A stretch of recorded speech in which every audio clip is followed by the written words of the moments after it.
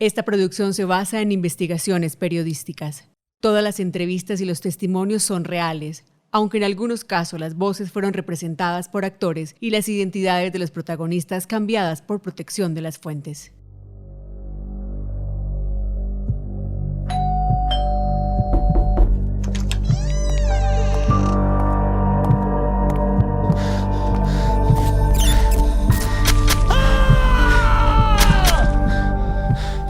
Detrás de los avisos clasificados que anunciaban la compra y venta de casas en Medellín, se agazapaba una jauría de hienas.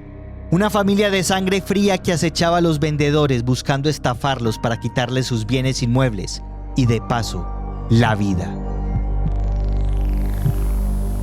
Yo soy el inspector y en este capítulo les narraré una macabra estrategia de bienes raíces que dejó una extensa lista de víctimas y deudas saldadas a plomo. Esto es Revelaciones del Bajo Mundo, el podcast de El Colombiano. Bienvenidos. La familia que compraba casas y vendía muerte.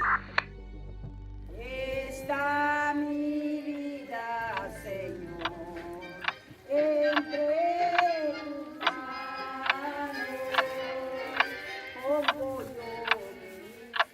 Los ancianos me extendieron la fotografía con dedos temblorosos. En su rostro se notaba la tristeza mientras me contaban la tragedia que los tenía consternados. Recibí la imagen. Aparecía María Ofelia Echeverry Gómez con su atuendo de religiosa, un hábito de color azul cielo y sobre la cabeza un velo blanco. Posaba sonriente junto a una escultura de la Virgen de la Inmaculada Concepción, una feligresa septuagenaria y un ramo de flores. Estábamos sentados en la sala de un albergue para adultos mayores en el oriente de Medellín, donde María Ofelia solía atender a los desamparados. Les daba de comer, repartía los medicamentos y ayudaba con sus quehaceres. Fue monja por 4 décadas y a los 69 años colgó la sotana para vivir sus últimos tiempos como una ciudadana común. Era un alma caritativa de verdad. Por eso la pareja de viejos que accedió a darme la entrevista no lograba comprender por qué tuvo ese final. 4 días atrás, el 23 de abril de 2008, encontraron el cadáver de María Ofelia en su casa del barrio La Milagrosa. La dama yacía en el suelo con múltiples cuchilladas en el tórax. Los forenses estimaron que llevaba 24 horas muerta. La puerta no fue forzada y todo en la vivienda parecía estar en orden. Les pregunté a los ancianos. ¿Ella les había contado si tenía amenazas? No, señor. ¿Quién iba a amenazar a una mujer tan buena? Bueno, usted sabe que en este país nadie está a salvo. Pues lo único raro que yo diga raro fue un robo. ¿Le robaron? Ella denunció a una señora que le robó un Cristo, lo más de bonito. Era una señora de confianza, ella tenía las llaves de la casa incluso, como que le robó a María Ofelia. No sé qué más cosas se le llevó, pero lo que más le dolió a ella fue ese Cristo. Era como 1 metro de alto, de colores, bonito, y estaba clavado en la cruz. ¿Usted conoce a la sospechosa del robo? No, solo sé que se llamaba Sofía y que tenía una hermana. Pues las dos estaban citadas a una audiencia de conciliación por la denuncia que le hicieron, pero un día antes la encontraron muerta a María Ofelia.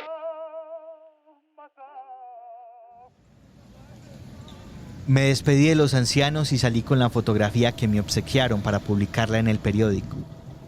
Muchas preguntas rondaban mi mente, pero había una duda más fuerte que todas.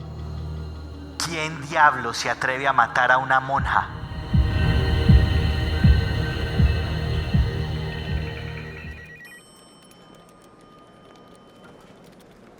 Para la gente que no es millonaria, comprar o vender una casa va mucho más allá de una simple transacción comercial. Se trata de cumplir los sueños, de invertir, de crecer como familia o pareja. Tal vez eso pensaba en el comerciante avícola José Virgilio Gómez Vanegas, de 54 años, y su esposa María Rocío Cortés, de 55, cuando estaban firmando los documentos en la Notaría Cuarta de Medellín el 4 de marzo de 2010. Los contactó una mujer que se identificó como Gloria para comprarles un apartamento en el barrio Buenos Aires avaluado en 100 millones de pesos. Como rasgo particular, la señora tenía una enorme cicatriz que le sobresalía en el pecho, producto de una cirugía del corazón. Según ella, la propiedad era para su madre, Amparo del Carmen Álvarez de Giraldo, de 72 años, con quien se presentó ese día en la notaría. Apenas firmaron las escrituras, Gloria le entregó a José Virgilio la cuota inicial y les dijo a los esposos que la acompañaran a su casa para pagarles el resto del dinero. Los tres abordaron un taxi en dirección al oriente de Medellín. Gloria era quien guiaba al conductor y le pidió que se detuviera en la calle 58A con la carrera 37 del barrio Boston, en cercanías al Parque Obrero. Se bajó del vehículo y todos pensaron que habían llegado a su destino, pero antes de que pudieran seguirla, llegó la fatalidad. Un hombre se aproximó por la puerta del copiloto e introdujo un revólver por la ventanilla. El taxista alcanzó a taparse los oídos y agacharse cuando comenzaron las detonaciones contra los pasajeros de la silla trasera.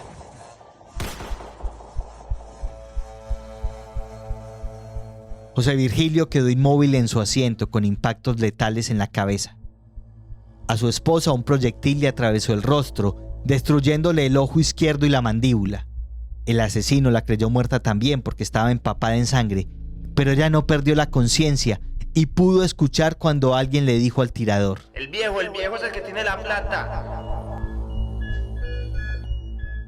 Luego quedó mareada por el creciente olor de la pólvora en el taxi y despertó después en una camilla de hospital, siendo ya una viuda.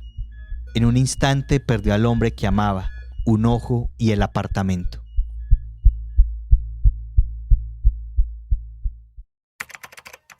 El expediente sobre el ataque sicarial a los esposos Gómez Cortés llegó a la unidad de vida de la Fiscalía Seccional de Medellín, que abordó la investigación en equipo con la Seccional de Investigación Judicial de la Policía Metropolitana del Valle de Aburrá. Como sospechosas del crimen aparecían Gloria y su madre Amparo del Carmen Álvarez de Giraldo, a cuyo nombre fueron firmadas las escrituras del apartamento de la pareja. Los investigadores revisaron la base de datos de la Fiscalía para chequear sus antecedentes y se encontraron con un macabro prontuario. La anciana y otras personas de su núcleo familiar aparecían relacionadas en 8 casos de estafa inmobiliaria, perpetrados entre los años 2007 y 2009 en Medellín. Su modus operandi consistía en engañar a propietarios de viviendas y deudores hipotecarios, con el fin de apoderarse de su dinero y de bienes inmuebles sin pagar por ellos. Usaban identidades falsas para confundir a las víctimas y por lo general perseguían viviendas localizadas en los barrios La Milagrosa, Buenos Aires y El Salvador.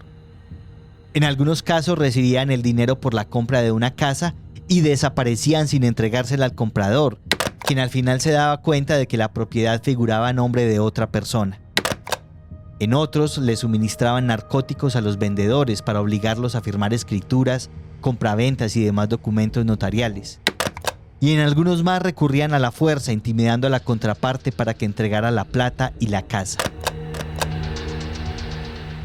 A la vigilancia y seguimiento a personas, donde se pudo observar durante todo el tiempo de seguimiento que esta familia no se dedica a otra labor lícita de la cual reditúe dineros, sino que su modus vivendi es precisamente la compra y venta de inmuebles donde las víctimas resultan muertas y una vez se apoderan de los mismos empiezan a negociarlos, a hipotecarlos, a nuevamente venderlos, de lo cual derivan el dinero con el cual se sustentan día a día. Estas son las palabras de la fiscal que dirigió el caso durante una de las audiencias judiciales. En este capítulo les presentaré fragmentos de la grabación de esas diligencias que permanecieron inéditas hasta hoy. Todos los casos estaban desperdigados en diferentes despachos judiciales, por lo que nadie los había conectado hasta el momento. Pero la investigación se puso realmente delicada cuando de los expedientes comenzó a escurrir sangre.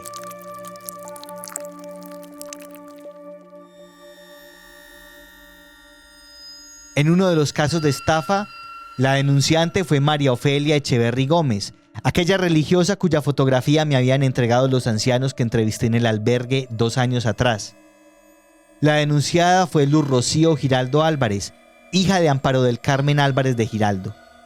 La audiencia de conciliación por la estafa, pactada para el 24 de abril de 2008 y en la cual se pretendía acordar la devolución del dinero, nunca se realizó, porque el día antes encontraron el cadáver acuchillado de la exmonja.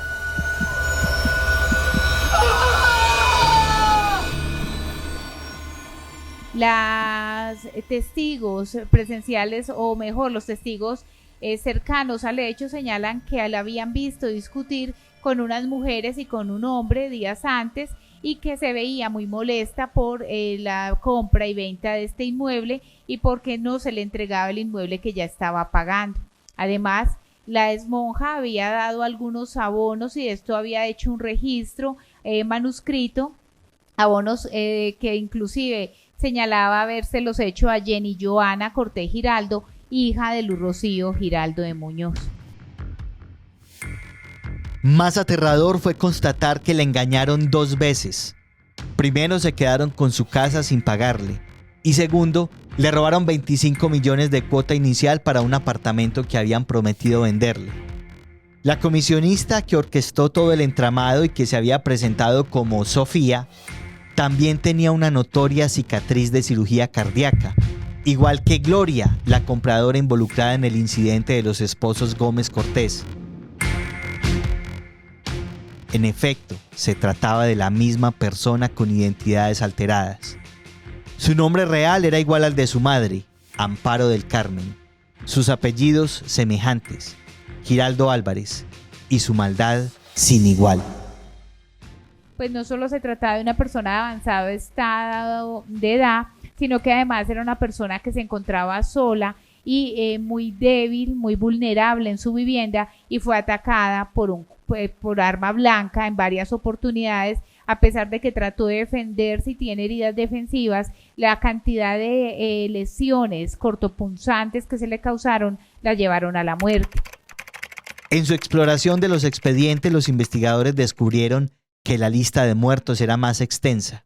Nos vamos a permitir también presentar dentro de los traslados los antecedentes de estas damas, donde se informa la cantidad de antecedentes que vienen ostentando desde época pretérita, donde se han visto envueltas en estafas, en atentados contra el patrimonio económico e incluso en atentados contra la vida, como es el caso de la señora Luz Rocío Giraldo Álvarez, quien en el año 96 se presentó ante la Registraduría Nacional del Estado Civil con un hijo de ella menor de edad a reclamar una contraseña de cédula. La funcionaria de la registraduría no se las permitió y ello motivó a que la dama Luz Rocío le pidiera a su hijo atacar a la funcionaria de la registraduría, lo que en efecto hizo con una lesna que encontró en uno de los escritorios, provocándole la muerte a la funcionaria pública de la Registraduría Nacional del Estado Civil.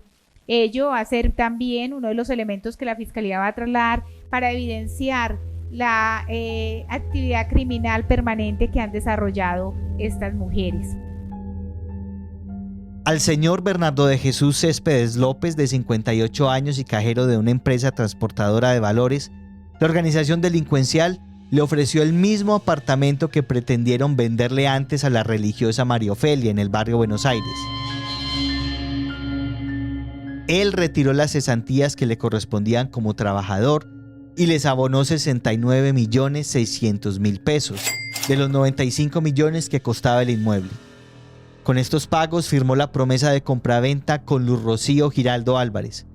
Como en otras oportunidades, el plan de esta familia siniestra era quedarse con el dinero sin entregar la propiedad, por lo que Luz Rocío le puso una cita fatal a Bernardo de Jesús.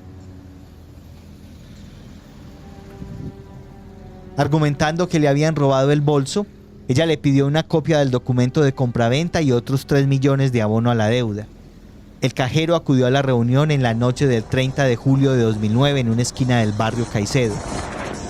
Esperó algunos minutos y la vendedora no se presentó. Los únicos que aparecieron fueron 2 sicarios a bordo de una motocicleta negra Yamaha DT, desde la cual lo acribillaron.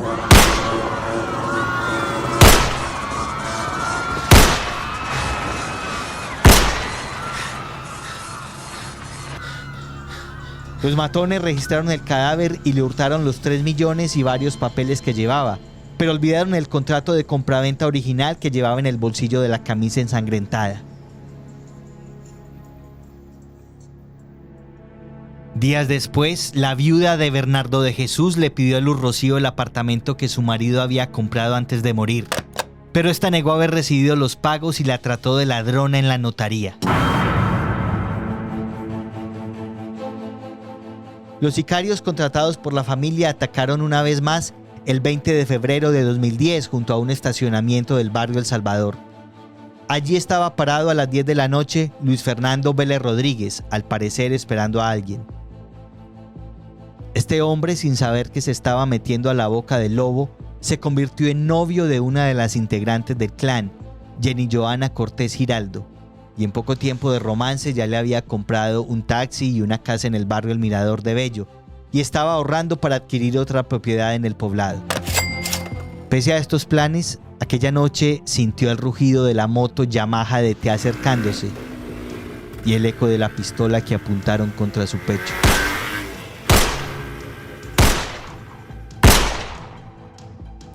Según los reportes analizados por los agentes, un hermano de la víctima, preocupado porque no aparecía, se comunicó con Jenny Johanna y esta le dijo que se tranquilizara, que Luis Fernando estaba haciendo unas diligencias en el municipio de Cocorná y tardaría unos cuantos días.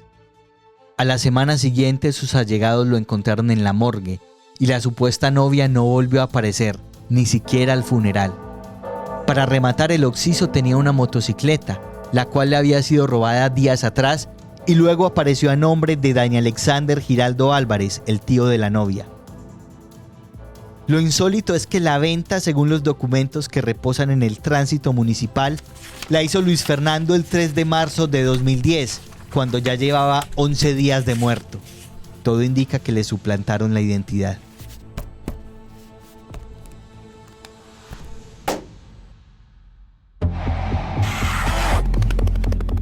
Yo soy el inspector y estás escuchando la segunda temporada de Revelaciones del Bajo Mundo, el podcast de El Colombiano.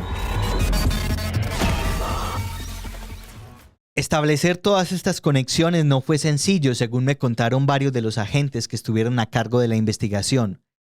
Se tardaron semanas revisando cada archivo, porque la evidencia estaba repartida en varias fiscalías y notarías, y porque tenían las manos atadas por los tiempos que determina la ley colombiana para acceder a un expediente.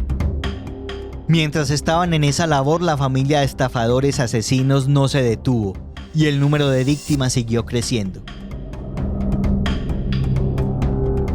El 23 de abril de 2010, un mes y medio después del ataque a los esposos Gómez Cortés, Luz Rocío Giraldo ingresó a la notaría 18 de Medellín. En esta oportunidad cumplía el rol de compradora de una propiedad del barrio Buenos Aires, cuyo dueño era Luis Ángel Rodríguez Marín, de 77 años. El vendedor llegó en compañía de su hermano Jorge Iván Rodríguez Marín, quien atestiguó la firma de las escrituras. Luego de la diligencia, la mujer los invitó a tomar un café en compañía de una hija, y en este punto se enrareció el ambiente. Jorge Iván sintió que al parecer le suministraron alguna droga en la bebida porque empezó a sentirse extraño. Abordaron un taxi conducido por otro hijo de Luz Rocío, con el propósito de ir a la casa de ella y que les pagara el dinero por la compra del inmueble. En el sector conocido como Las Mellizas en Buenos Aires, la mujer se bajó, argumentando que debía asistir a una corta reunión en el colegio de sus nietas y que más tarde los alcanzaría para entregarles la plata.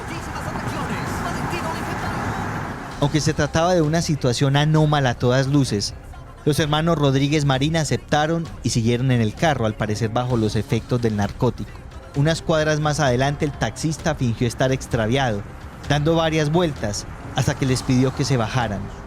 Los pasajeros creyeron que habían llegado al sitio y descendieron a la calle. El taxista aceleró y justo en ese momento se materializó un sicario en el sitio. Luis Ángel murió en el acto y el hermano menor cayó tendido a su lado. Las balas le perforaron el cuello y la clavícula, pero no lo mataron. Tardó semanas en recuperarse, tiempo en el cual Luz Rocío se apoderó del inmueble.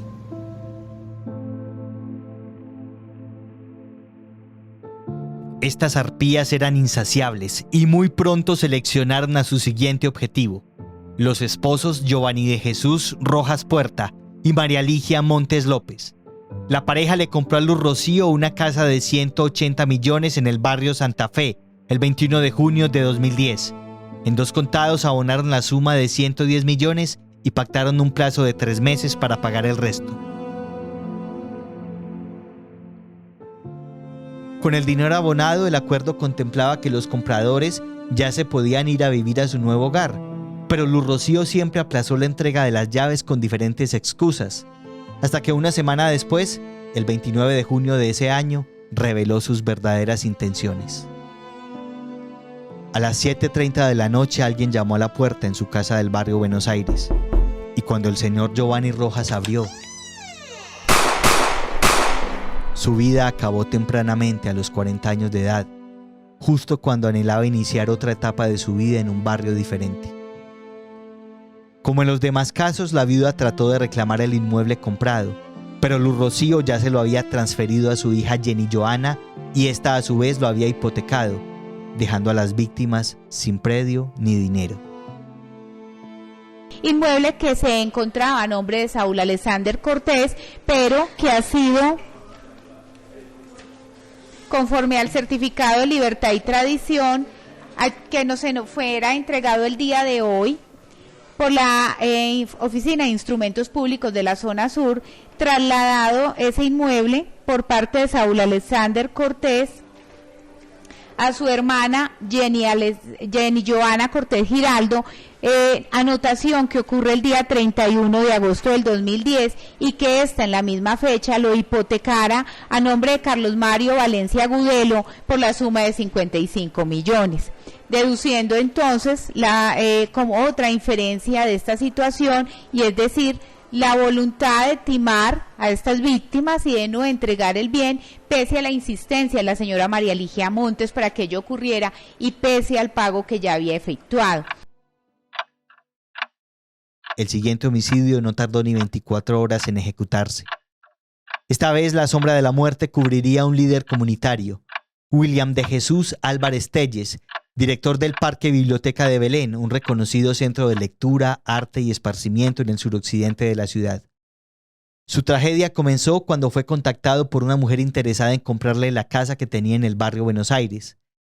Se identificó como Patricia, una señora pequeña de unos 50 años, testrigueña y una visible cicatriz de cirugía en el pecho.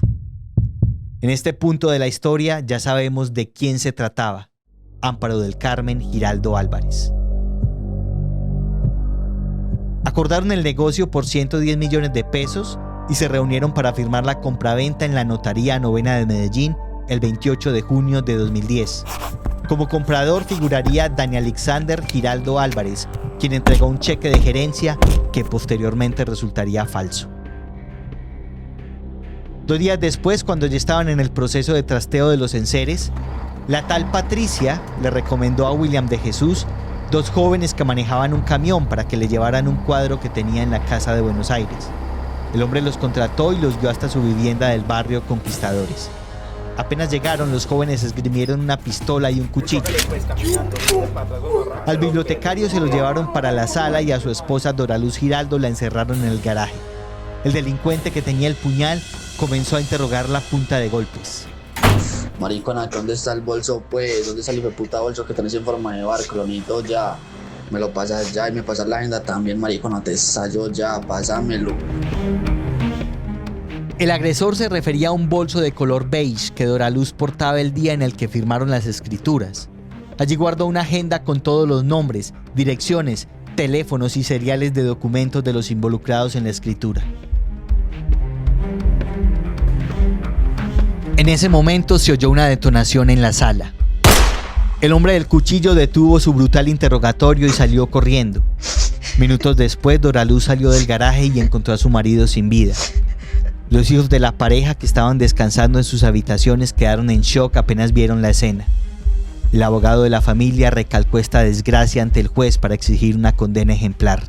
En igual sentido, su señoría, el daño real causado, no solo vemos la afectación de la vida del señor William Álvarez, sino que vemos una situación o un drama familiar por parte de su esposa y sus 2 hijos, que en el momento tenían 13 y 11 años, quienes tuvieron que ver a su padre tirado en la sala de su casa envuelto en sangre, y podrá usted imaginarse los momentos posteriores a esa situación o esa experiencia que tuvieron ellos que vivir. Esto generó, su señoría, y en los elementos materiales probatorios que se le dio traslado para efectos de dictar la sentencia, usted pudo observar en las declaraciones y en las interceptaciones de comunicaciones cómo fue el sufrimiento de estos niños en ese momento y cómo se intentó o se trató de atentar contra la vida de la señora Dora Luz, y esto pues constituía un intento de homicidio que generó el desplazamiento forzado, el desarraigo no solo de ella, sino de los 2 niños que ya traían o ya venían estableciendo un grupo de amigos en el colegio, en el barrio. En una interceptación telefónica, los investigadores escucharon a varios miembros del clan familiar hablando sobre este caso. Incluso discutieron cómo asesinar a esa testigo, si saliendo del cementerio con una pistola con silenciador o una jeringa llena de cianuro. Así lo explicó la fiscal del caso.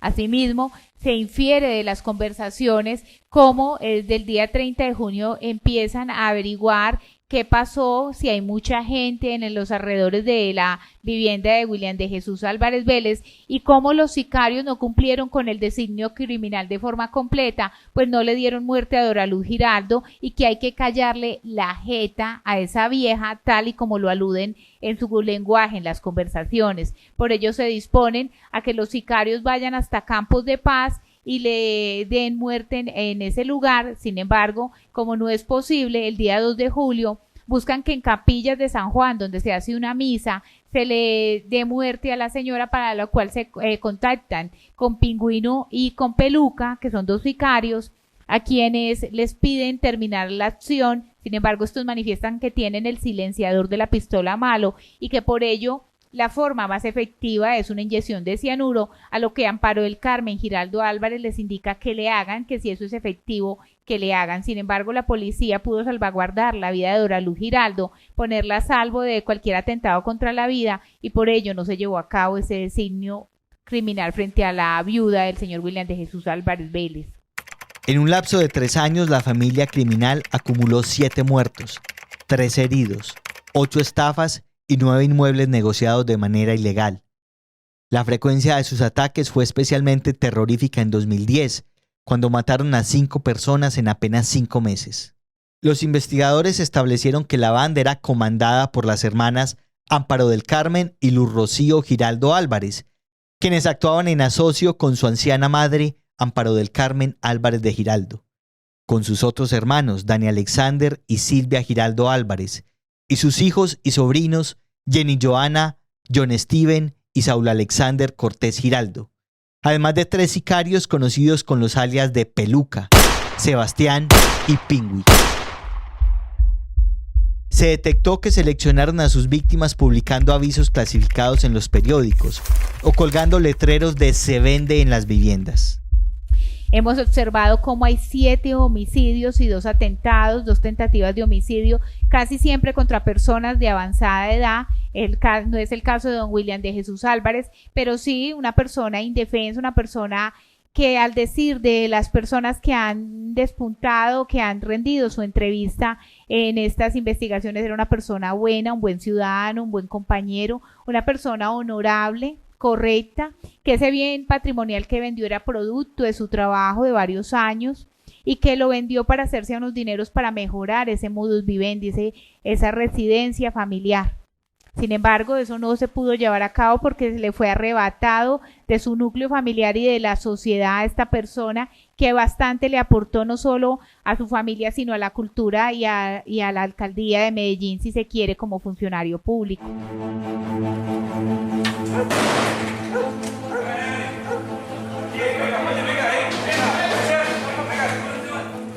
Los policías de la Seccional de Investigación Judicial y la Unidad de Vía de la Fiscalía dieron el golpe en septiembre de 2010, capturando a los 8 familiares en el marco de la Operación Perseo.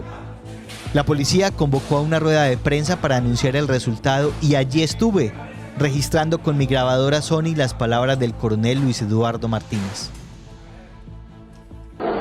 ante la situación, era un grupo de delincuentes dedicado a la adquisición de bienes inmuebles. En el momento en que adquirían el inmueble, hacían las escrituras ante notaría y todo, entonces cuando daban la plata, posteriormente asesinaban a la persona para recuperar el dinero. Así fue como se presentó, entre otros, el homicidio del bibliotecario. Después de la rueda de prensa me dirigí a la sede de la seccional de investigación judicial de la policía, donde los investigadores me contaron paso a paso sus hallazgos. También pude ver los objetos incautados en los allanamientos, 10 escrituras notariales, la cédula del difunto Luis Fernando Vélez Rodríguez, quien tuvo la desgracia de enamorarse de una de las bandidas, y la escultura del Cristo de la religiosa María Ofelia Echeverry Gómez, con su rostro ensangrentado y mirada al cielo como clamando justicia. Curiosamente, también les encontraron un recorte de prensa del reportaje que yo escribí sobre el asesinato de la exmonja. ¿Por qué lo habrán conservado? Además, en la casa de John Steven Cortés Giraldo, hijo de Amparo del Carmen Giraldo Álvarez, fue encontrado un recorte de prensa donde se reseñaba la muerte de la monja en forma violenta el día 23 de abril del 2008, y no debe perderse de vista que este hecho ocurre, el allanamiento ocurre el año pasado, el 1 de septiembre del 2010, lo que resulta también significativo para la Fiscalía guardar un asunto por más de 2 años. En la audiencia de control de garantías, la Fiscalía expuso la evidencia en su contra e imputó los cargos. La juez les preguntó si aceptaban la responsabilidad. ¿Aceptan ustedes o no cargos por el delito de homicidio agravado que les acaba de imputar la señora fiscal? Les reitero que cada uno debe emitir respuesta en forma personal, individual, y lo deben hacer en forma libre, consciente y voluntaria. Emiten una respuesta sea negativa o afirmativa sin necesidad de que la sustente. Señora Amparo del Carmen Álvarez, emite su respuesta. No acepto. Amparo del Carmen Giraldo Álvarez. No acepto. Silvia Beatriz Giraldo Álvarez. No acepto. Dani Alexander Giraldo Álvarez. No acepto.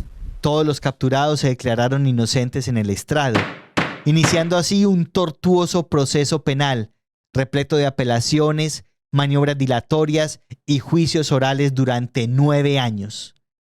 En una de las audiencias, un juez le reprochó los frecuentes cambios de abogados y tuvo una discusión con la acusada Luz Rocío Giraldo. Esto no lo voy a permitir. O sea, con todo respeto, estamos en esa misma actitud hace más de 2 años. Y yo tengo que adelantar este proceso. Allá hay 2 defensores. Yo no sé si de pronto habrá la posibilidad de que cambie uno principal y otro apoyo o suplente. Y si hay algún inconveniente, yo no sé, de una relación entre defensor y cliente.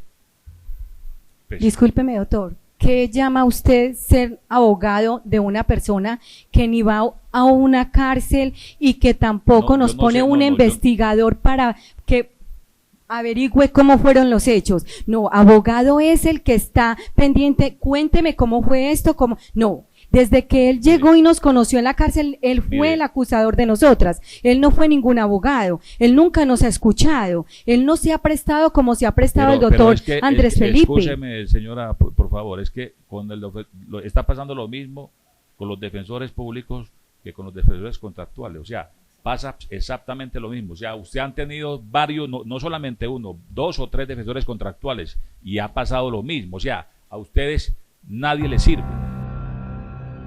Los procesaron por cargos de concierto para delinquir, estafa y homicidio, y recibieron penas que partieron de los 10 años de cárcel. A las que les fue peor fue a las cabecillas, Luz Rocío y Amparo del Carmen Giraldo Álvarez. Tengo las sentencias en mis manos y veo que el juzgado 24 penal del circuito de Medellín las condenó a 60 y 52 años respectivamente, por 5 de los asesinatos y 2 tentativas de homicidio.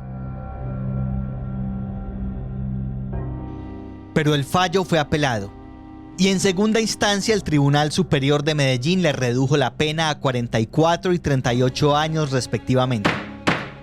A pesar de esto, por la edad de las procesadas, 61 y 63 años, y una inestable salud física que lograron demostrar en los estrados, recibieron el beneficio de la detención domiciliaria, al igual que su madre. Otros integrantes de la banda ya salieron en libertad por pena cumplida. Uno de sus abogados defensores hizo hincapié en el estado de salud de Amparo hija. Medicina legal diagnosticó y concluyó que mi representada padece de hipertensión arterial, diabetes insulina deficiente, insuficiencia renal, retinopatía hipertensiva, enfermedad pulmonar obstructiva crónica sin tratamiento, sobrecarga lípido o trastorno severo de lípidos, coronopatía constante, trastornos hepáticos, gastropatía hemorrágica, hemorroides interna, coronopatía de los tubos que dilatan las coronarias conocidas como stent, y con filtros tipo paraguas o con mallas en la cava inferior que no se pueden tapar. La usuaria está en grave peligro de morir de alguna complicación.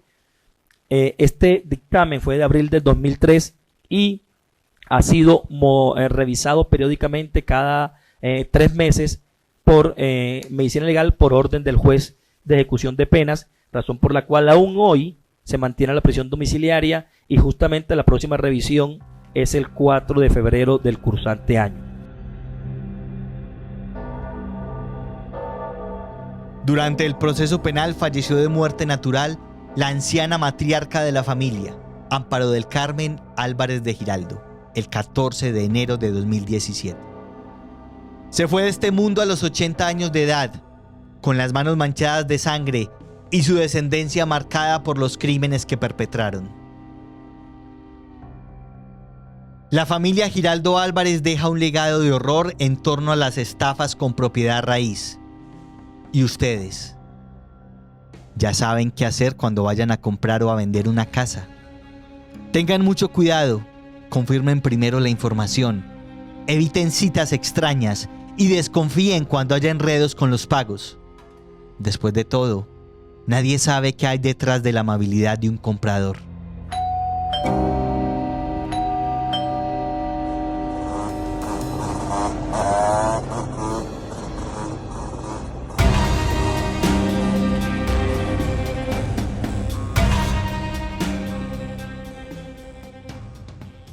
Aquí termina la historia de hoy. Si los ha impactado, no se pierdan el próximo capítulo, con el increíble caso de un sacerdote adorado por su comunidad, un hombre al que muchos le atribuían milagros, sin saber que lideraba una peligrosa banda de criminales. Recuerden escucharnos en www.elcolombiano.com/podcast y www.cubomedellin.com. También en las plataformas de Spotify, Spreaker, Apple Podcast, Amazon Music, Deezer, YouTube y Google Podcast. Suscríbanse y activen las notificaciones para no perderse ningún episodio. Se despide de ustedes el inspector, invitándolos a conectarse de nuevo con Revelaciones del Bajo Mundo, el podcast de El Colombiano.